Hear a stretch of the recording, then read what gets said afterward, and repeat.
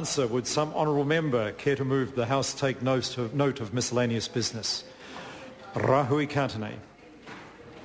20 years ago, a song was released by David Grace which has become known as the anthem to Tūhoi. It gives focus to the refrain, Rua te kenana, Tūhoi prophet of the Urewera, and in doing so it encapsulates the pride of the people in the leadership of someone who believed that Tūhoi could and should be self-determining. At the turn of the century, Rua established a thriving community in Maunga Pohatu, from where land was owned and farmed collectively and all proceeds shared according to need. A community bank was established and the people gathered around. In 1916, Maunga Pohatu was invaded by a troop of some 70 police in what the Supreme Court later ruled to be an illegal assault. Rua was charged with sedition. His trial in the Auckland High Court lasted 47 days, the longest trial in New Zealand until 1977. Of the 8 charges laid against him, the jury found him guilty of only one, morally resisting arrest. Yet he was sentenced to a year's hard labour and another 19 months imprisonment. At his sentencing, Chief Justice Chapman told Rua, "The arm of the law was long. That is the lesson your people should learn from this trial." A century later, one wonders if history is repeating itself.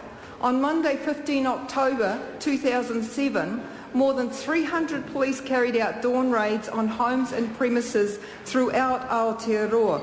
The focus of the raids was in response to what was alleged as concrete terrorist threats. People who had supposedly attended training camps in the Urewera Ranges. The latest twist in the trial of these defendants is that it now appears unlikely to go ahead as scheduled on 30 May.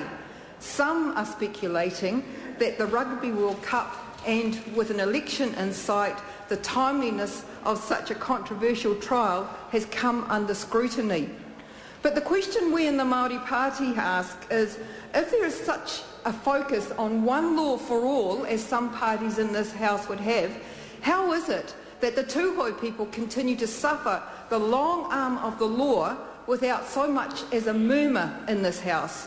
Why is it that it has taken between 4 and 5 years to gather evidence in what is nothing more than an arms charge?